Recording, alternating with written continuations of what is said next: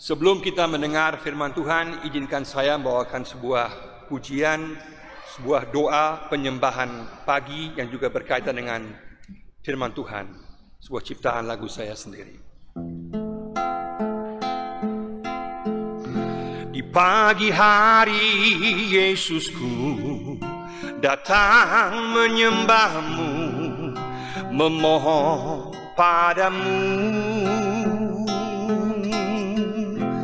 Berkatilah hidupku, pakailah hidupku, lindungi aku.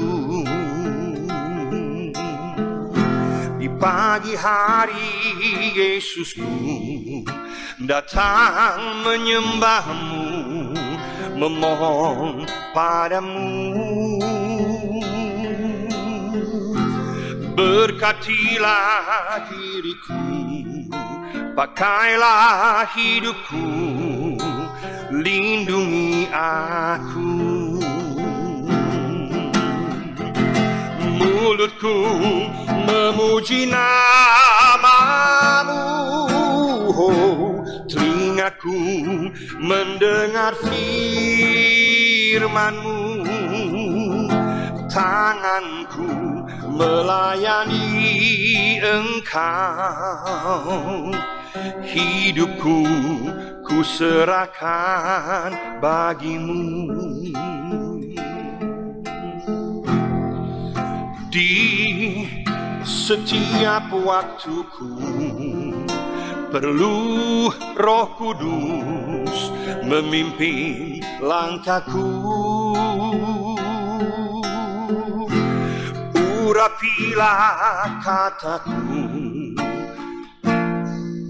jaga hatiku, berilah kasih-Mu.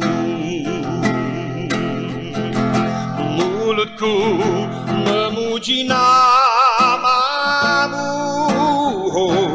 telingaku mendengar firman-Mu, tanganku melayani Engkau, hidupku ku serahkan bagimu. Mulutku memuji namamu,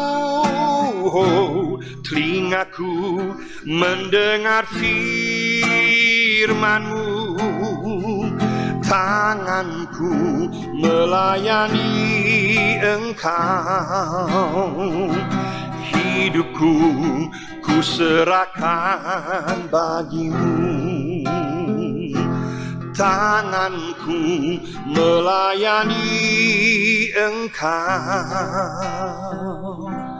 hidupku ku serahkan bagimu.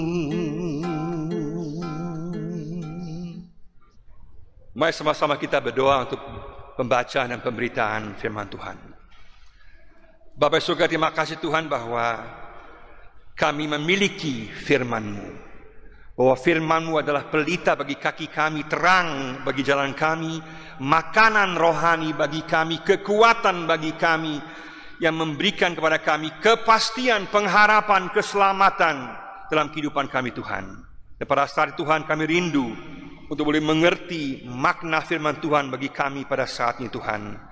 Berbicaralah kepada kami dengan kuasa Roh-Mu yang kudus. Engkau pakai hamba-Mu, sehingga hamba yang tidak mampu ini, hamba yang tidak layak ini, Engkau layakkan, Engkau mampukan berkata-kata sesuai dengan kehendak-Mu, sehingga setiap kami boleh mendengar suara Tuhan, suara Yesus pada pagi hari ini, sehingga kami pulang dikuatkan oleh firman Tuhan, diarahkan, dikoreksi, dan memiliki kepastian pengharapan dalam firman Tuhan.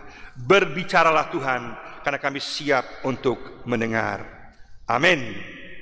Kita membaca dari Keluaran pasal 6, Keluaran pasal 6 ayat 1 sampai 12 sesuai dengan pembacaan sinode. Keluaran pasal 6 ayat 1 sampai 12 dengan tema yang saya berikan adalah tetap percaya janji Allah. Tetap percaya janji Allah. Keluaran pasal 6 ayat 1 sampai 12. Bunyinya demikian. Pengutusan Musa. Selanjutnya berfirmanlah Allah kepada Musa, "Akulah Tuhan. Aku telah menampakkan diri kepada Abraham, Ishak dan Yakub sebagai Allah yang Maha Kuasa. Tetapi dengan namaku Tuhan, aku belum menyatakan diri. Bukan saja aku telah mengadakan perjanjianku dengan mereka untuk memberikan kepada mereka tanah Kanaan, tempat mereka tinggal sebagai orang asing. Tetapi aku sudah mendengar juga erang orang Israel yang telah diperbudak oleh orang Mesir, dan aku ingat pada perjanjianku. Sebab itu katakanlah kepada orang Israel, akulah Tuhan. Aku akan membebaskan kamu dari kerja paksa orang Mesir, melepaskan kamu dari perbudakan mereka, dan menebus kamu dengan tangan yang teracung dan dengan hukuman-hukuman yang berat. Aku akan mengangkat kamu menjadi umatku, dan aku akan menjadi Allahmu, supaya kamu mengetahui bahwa akulah Tuhan Allahmu yang membebaskan kamu dari kerja paksa orang Mesir. Dan aku akan membawa kamu ke negeri yang dengan sumpah telah kujanjikan memberikannya kepada Abraham, Ishak dan Yakub, dan aku akan memberikannya kepadamu untuk menjadi milikmu. Akulah Tuhan." Lalu Musa mengatakan demikian kepada orang Israel, tetapi mereka tidak mendengarkan Musa karena mereka putus asa dan karena perbudakan yang berat itu. Kemudian Tuhan berfirman kepada Musa, "Pergilah menghadap, katakanlah kepada Firaun, raja Mesir, bahwa ia harus membiarkan orang Israel pergi dari negerinya." Tetapi Musa berkata di hadapan Tuhan, "Orang Israel sendiri tidak mendengarkan aku. Bagaimanakah mungkin Firaun akan mendengarkan aku? Aku seorang yang tidak petah lidahnya." Demikianlah Tuhan telah berfirman kepada Musa dan Harun, serta mengutus mereka kepada orang Israel dan kepada Firaun, raja Mesir, dengan membawa perintah supaya orang Israel dibawa keluar dari Mesir. Berbahagialah setiap orang yang mendengarkan firman Tuhan dan yang melakukannya hari demi hari. Haleluya. Shalom. Tema kita pada pagi hari ini adalah tetap percaya janji Allah. Tetap percaya janji Allah. Terkadang dalam kehidupan kita bertanya, di manakah Tuhan? Apakah Tuhan bertindak dan menolong saya? Apakah Tuhan mungkin telah melupakan saya? Karena kita manusia cenderung lupa, maka mungkin kita pikir, jangan-jangan Tuhan juga telah melupakan saya. Dan setiap kita telah dan pasti juga akan mengalami di mana seakan-akan kita merasa dilupakan oleh Allah, seakan-akan doa-doa kita dilupakan Allah, janji-janji Tuhan yang telah Dia sampaikan kepada kita Dia lupakan, kita merasa dilupakan oleh Allah, sehingga kita bertanya, di manakah Tuhan dalam kehidupan kita? Nah, pertanyaan ini juga dialami oleh Musa dalam Keluaran pasal 6 ini. Tuhan ingin supaya Musa tetap percaya meskipun kelihatannya Tuhan tidak bertindak, Tuhan tidak buat apa-apa. Dan hal yang sama juga berlaku untuk kita. Tuhan mau supaya kita tetap percaya kepada Dia meskipun kelihatannya Tuhan tidak bertindak. Kelihatannya tidak terjadi sesuatu apapun secara luar. Tuhan mau supaya kita tetap percaya pada janji Allah. Kalau kita lihat sini ada 3 bagian besar yang saya mau jelaskan secara singkat dari teks ini. 3 bagian besar. Yang pertama adalah kekecewaan dan frustrasi terhadap Allah. Kekecewaan dan frustrasi terhadap Allah. Ini merupakan bagian pendahuluan dari pasal 5 sebelumnya. Kalau kita lihat latar belakang di sini bahwa Musa merasa kecewa berat kepada Allah karena Allah tidak melakukan seperti yang dia bayangkan.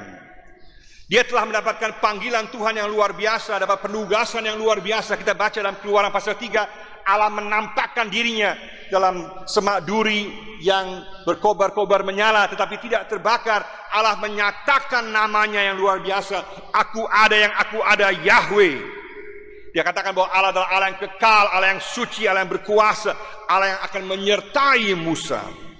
Dan kemudian juga Musa meninggalkan tempatnya yang aman di Midian, mana dia merasa aman. Dia pergi ke Mesir, tempat yang sangat berbahaya. karena dia seorang DPO dalam daftar pencarian orang, karena dia telah membunuh seorang Mesir pada saat dia membela seorang Israel. Sehingga bahaya besar sebagai orang Israel dan juga sebagai seorang yang DPO, dia berani pergi ke Mesir. Dia telah sungguh-sungguh berani pergi untuk menanggung resiko itu. Tapi kemudian dia juga taat kepada perintah Tuhan dan dia pergi, dia menyampaikan kepada bangsa Israel bahwa Tuhan akan membebaskan mereka. Dan kemudian dia juga pergi kepada Firaun, biarkanlah umatku pergi, let my people go, biarkanlah umatku pergi. Ternyata Firaun malah keras hati, malah menghukum, menindas bangsa Israel dengan lebih kejam lagi, lebih keras lagi, dengan mereka harus membuat batu tanpa jerami. Sungguh luar biasa. Sehingga Musa sungguh-sungguh kecewa dan juga bangsa Israel juga kecewa, frustrasi.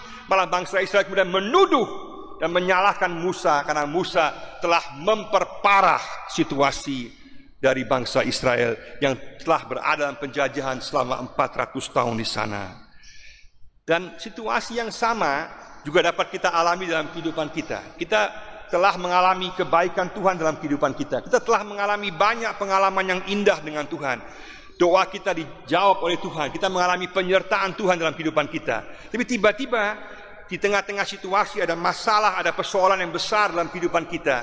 Kita seakan-akan merasa bahwa Allah meninggalkan kita. Allah diam, Allah tidak berbuat apa-apa. Malah pada saat kita taat kepada Tuhan, kelihatannya seolah-olah malah kita mendapat masalah atau ujian yang lebih besar lagi.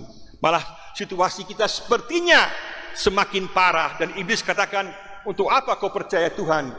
Tuhan tipu kau. Sehingga akhirnya kita semakin ragu dengan iman percaya kita. Tapi apakah jawaban Tuhan? Tapi kenapakah ini terjadi? Pertama kita harus lihat di sini. Kenapa sampai terjadi bahwa kita kadang-kadang dalam situasi seperti itu? Sama dengan Musa. Karena kadang-kadang kita salah mendengar. Kita salah mendengar. Salah info, salah membaca. Kalau kita baca dalam Keluaran pasal 3 ayat 19, ketika Allah mengutus Musa, Allah telah katakan, kamu akan pergi mengatakan kepada Firaun, tetapi Firaun tetap tidak akan membiarkan umat Israel pergi. Artinya, harusnya dia tahu, Tuhan katakan kau akan pergi, tapi tetap Firaun akan keras hati. Tapi dia hanya mendengar separuh saja. Dia hanya mendengar Tuhan akan bebaskan bangsa Israel. Dia tidak menyimak secara sungguh-sungguh, sehingga akhirnya dia hanya mendengar separuh. Pada saat dia menyampaikan kepada Firaun, dia kemudian kecewa bahwa Firaun kemudian tidak membiarkan bangsa Israel, umat Israel untuk pergi.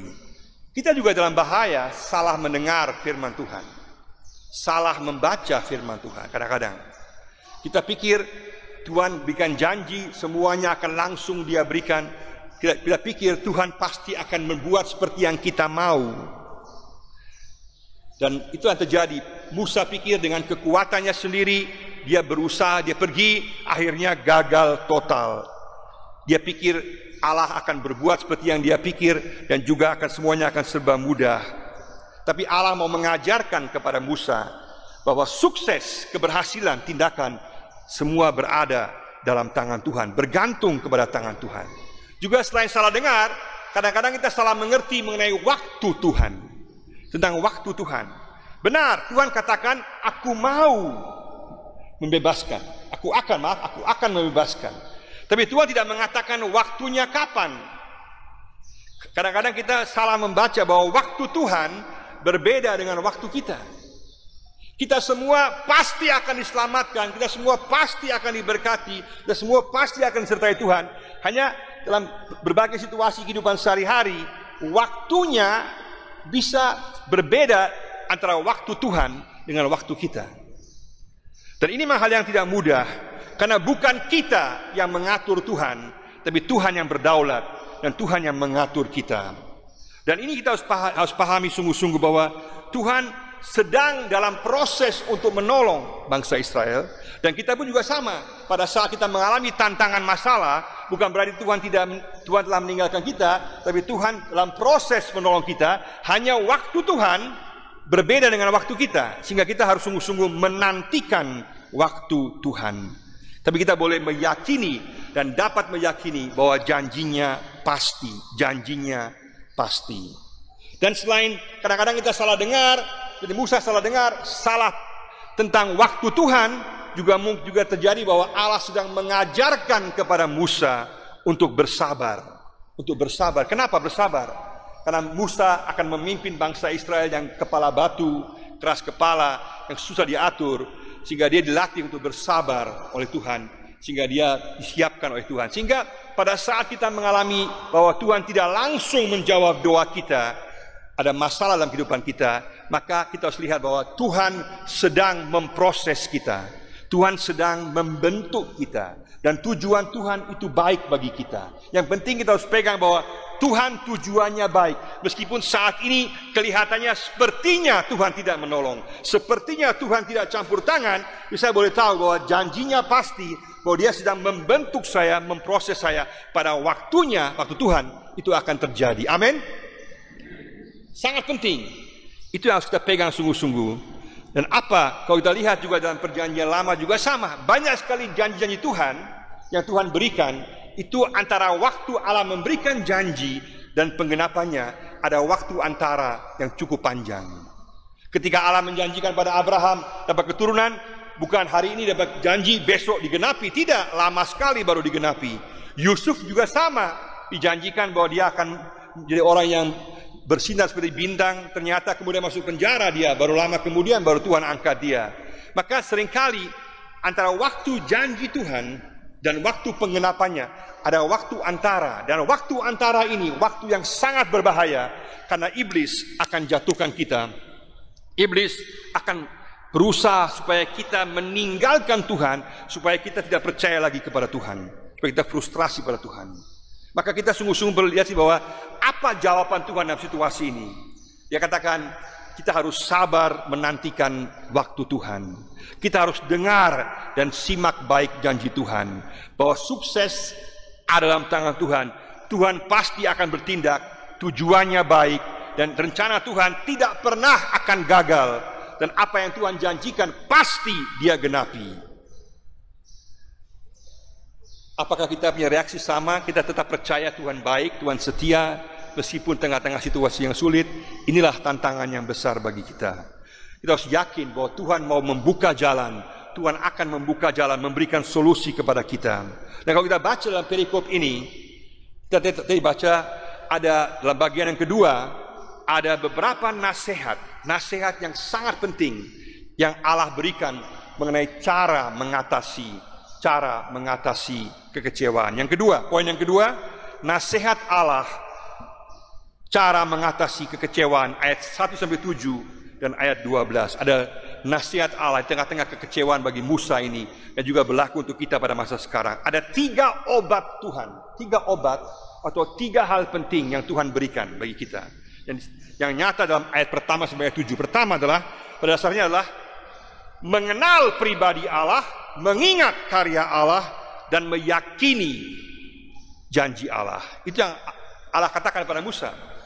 Kita harus mengenal pribadi Allah, kita harus mengingat karya Allah, dan kita harus meyakini janji Allah. Itu yang dikatakan. Dan di sini Allah sendiri, nama Allah sendiri, akulah Tuhan, bersifat eksklusif. Allah Yahweh adalah jaminan bahwa apa yang dia katakan. Dan hanya itulah jalan keluar dari kita di tengah-tengah kekecewaan, permasalahan kita hadapi adalah pada saat kita sungguh-sungguh kita mengenal pribadi Allah, kita mengingat karya Allah di masa lalu, dan kita yakin akan janji Allah untuk masa depan. Amin. Makanya ditekankan sangat kuat, aku Allah pribadi. Kedua, aku telah berkaitan dengan karya Allah di masa lalu. Dan ketiga, aku akan berkaitan dengan masa depan. Maka terapi yang paling baik di saat-saat kita lagi kecewa, kita mengalami pertanyaan, keraguan, kita kembali bertanya, kita mau mengenal pribadi Allah, Allah pribadi Allah. Kedua, kita mau mengingat karya Allah, dan kita mau meyakini janji Allah.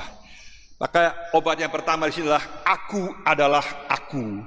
Mengenal pribadi Allah, ayat 1 dan 12, aku adalah aku. Sangat penting bahwa kita mengenal Allah, Allah yang berkuasa, Allah yang memelihara, Allah pencipta kita, Allah yang menyatakan dirinya, hakikatnya, sifatnya, bahwa dialah Yahweh, Allah yang selalu ada, yang tidak pernah berubah selama-lamanya. Meskipun situasi kita berubah, Allah tidak pernah berubah, yang tidak pernah akan meninggalkan kita dan akan setia kepada janji-janjinya. Dan nama yang sama, Allah telah nampakkan, Yahweh, itulah nama Allah. Kalau kita lihat, kata Allah itu sebetulnya hanya sebutan. Kalau nama Allah kita, Yahweh, ya Allah adalah sebutan, tapi pribadinya adalah Yahweh. Ya, Allah itu adalah sebutan, isinya namanya adalah Yahweh.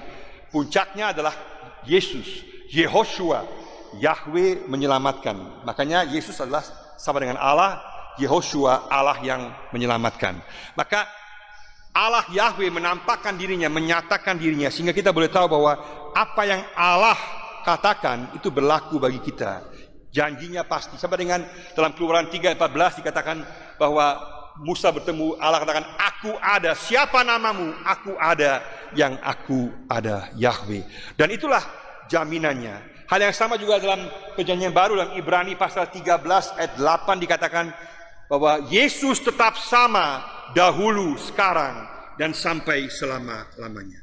Maka sama, Yesus sama dengan Allah, bahwa dialah Allah dahulu, sekarang, dan sampai selama-lamanya. Maka pada saat kita ragu, pertanyaan kita adalah, kita harus pikir, siapa yang menjamin kebenaran? Siapa yang kita percayai? Siapa yang menjamin kebenaran? Jangan sampai hanya PHP, pemberi harapan palsu, bahaya besar. Tapi kalau dikatakan akulah Tuhan, Dia yang berkuasa, berdaulat, maka kita boleh tahu bahwa apapun yang terjadi, Allah yang berdaulat, Yahweh berdaulat. Kita boleh beriman kepadanya. Kita boleh tertuju kepada Dia iman kita, karena Dia selalu ada dalam situasi apapun. Maka sangat penting kita memahami dari Alkitab hakikat sifat Allah. Ini bukan hanya tahu tentang Allah, tapi mengenal, menyerap pribadi Allah dalam hidup kita, sehingga kita tahu bahwa apapun terjadi, Allah adalah Allah. Aku berada dalam kedaulatan Allah. Itu pertama. Yang kedua, cara singkat obatnya adalah aku telah berbuat. Luar biasa. Aku telah berbuat, ayat 2-4, yaitu mengingat karya Allah di masa lalu.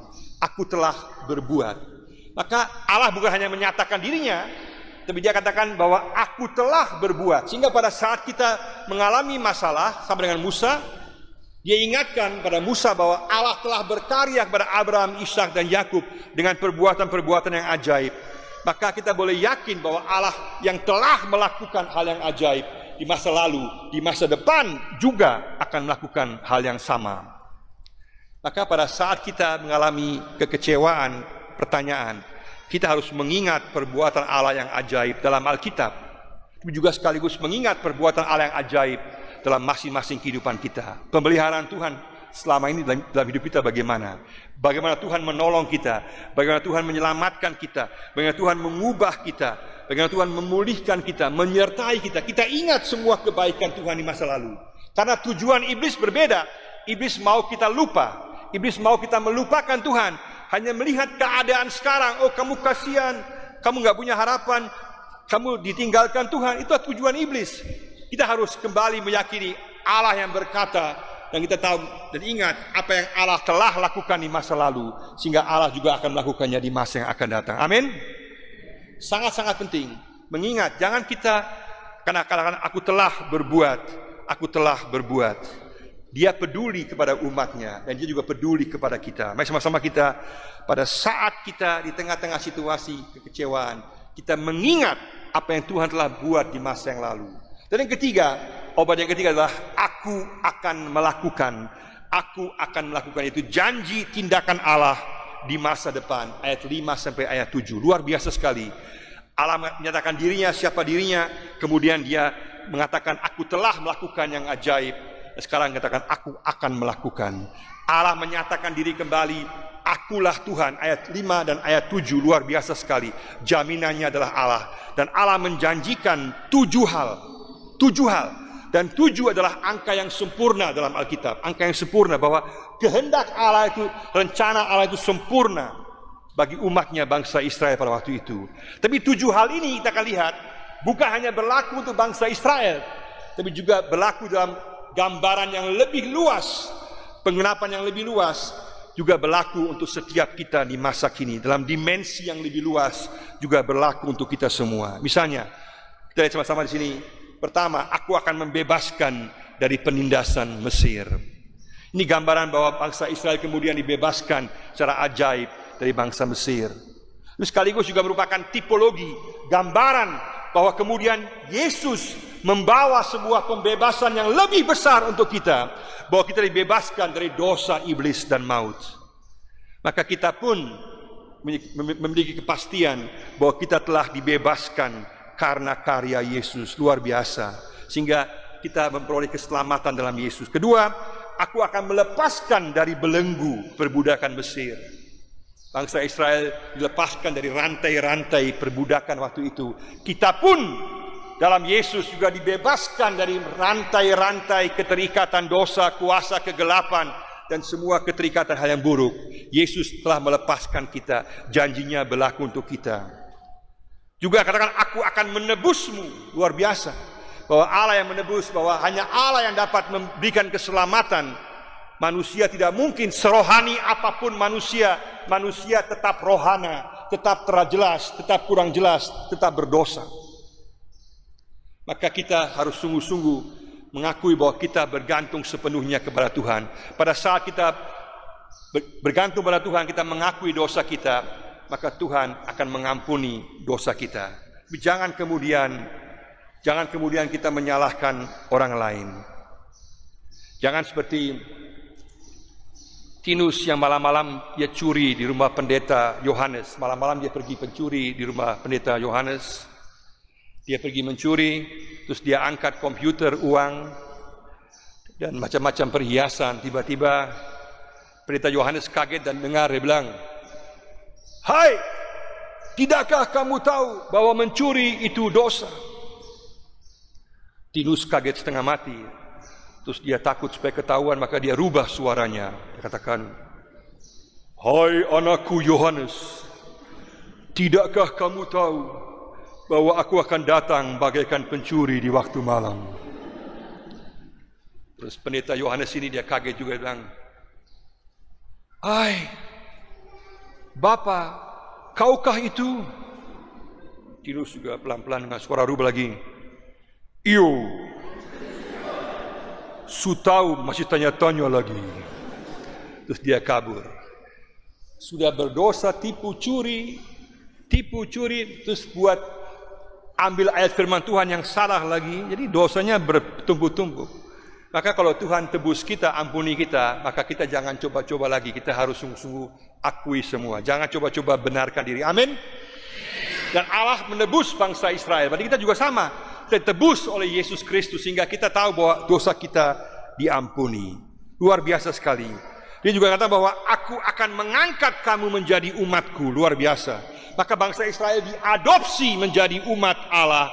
Mereka sungguh-sungguh dikasihi, dihargai, dicintai. Kita pun juga sama. Kita semua saat ini kita diadopsi menjadi anak-anak Allah. Kita baca dalam 1 Yohanes 3 ayat 1 mengatakan, "Lihatlah betapa besar kasih yang telah dianugerahkan, karuniakan Bapa kepada kita, sehingga kita disebut sebagai anak-anak Allah, dan memang kita adalah anak-anak Allah." Luar biasa. Kita dihargai, dicintai, ditebus, diselamatkan, dan dimuliakan. Luar biasa sekali. Sehingga sekarang dipanggil untuk sungguh-sungguh kita menyembah Tuhan, melayani Tuhan, dan juga sungguh-sungguh kembali kepada Tuhan. Meninggalkan hal yang buruk, meninggalkan kebiasaan yang buruk. Kita mau hidup dalam pengaruh Tuhan yang positif. Yang kelima katakan, aku akan menjadi Allah mereka. Aku akan menjadi Allah mereka. Betul. Maka bangsa Israel memiliki Allah Yahweh. Dan kita juga diberikan Allah Yehoshua, Yesus Kristus yang menyelamatkan. Maka kita diselamatkan. Allah jadi Allah kita. Sehingga kita tidak perlu takut pada hari pengadilan Tuhan. Kita diselamatkan oleh karena Yesus Kristus. Amin. Sungguh luar biasa. Kemudian juga yang keenam, aku akan membawamu ke tanah perjanjian. Aku akan membawamu ke tanah perjanjian.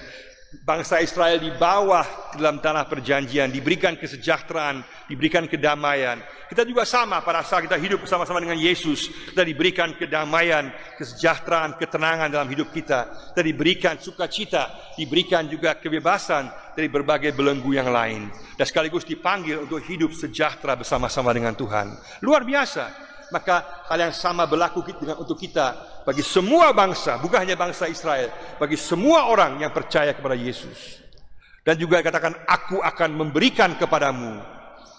Yang ketujuh, aku akan berikan kepadamu, akulah Tuhan jaminanmu. Luar biasa, bahwa Tuhan pasti akan memberikan jaminan tersebut. Artinya bahwa kita akan mendapatkan kesejahteraan, penyertaan Tuhan, pertolongan Tuhan di masa kini, kedamaian Tuhan di masa kini. Tapi kemudian secara ultimatif, secara akhir yang luar biasa, ada kepastian kehidupan kekal, ada kepastian tempat di sorga, bahwa kita akan mengalami damai sejahtera yang sempurna bersama-sama dengan Tuhan. Luar biasa, amin? Luar biasa sekali. Berarti kita sedang menuju ke sana dengan diberikan kepastian bahwa Tuhan tidak pernah akan meninggalkan janjinya. Maka sangat penting bahwa semua orang yang menentang Tuhan akan ditaklukkan oleh Tuhan. Karena pada akhirnya semua orang harus mengakui bahwa Yesus adalah Tuhan, Yahweh adalah Tuhan. Kita baca dalam Filipi pasal 2 ayat 9-11 bahwa semua lutut harus bertekuk lutut di hadapan Yesus sebagai Tuhan, bagi kemuliaan Bapa, bagi kemuliaan Yahweh. Yesus, Yehoshua, Allah yang menyelamatkan, Allah Yahweh. Itulah yang memberikan janji dan jaminan kepada tiap-tiap kita. Dan terakhir secara singkat, peneguhan dan penugasan Allah, ayat 8-12, peneguhan dan penugasan Allah, ayat 8-12. Di sini kita lihat bahwa iman percaya Musa dikuatkan kembali, diteguhkan kembali, dipulihkan kembali, meskipun kemudian bangsa Israel tidak mau mendengar. Dan juga Firaun juga tidak mau mendengar, meskipun Musa agak ragu akan kemampuan berbicaranya, akan kemampuannya secara manusiawi. Dia tetap taat kepada Tuhan. Dia pergi menyampaikan kepada bangsa Israel, dan dia pergi juga kepada Firaun. Luar biasa sekali.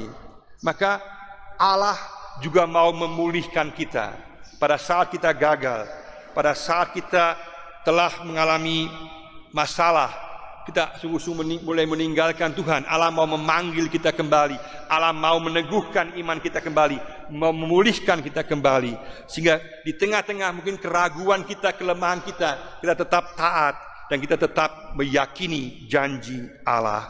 Karena namanya adalah jaminan bagi kita. Kita mengingat segala karya perbuatannya di masa lalu, dan kita meyakini bahwa janjinya di masa depan dan saat ini akan dia genapi. Luar biasa. Bersama-sama kita periksa diri kita masing-masing. Sejauh mana kita kecewa atau frustrasi terhadap Tuhan. Kenapa kita frustrasi? Alasannya apa? Mungkin kita salah mendengar, salah mengerti. Mungkin kita tidak pahami tentang waktu Tuhan.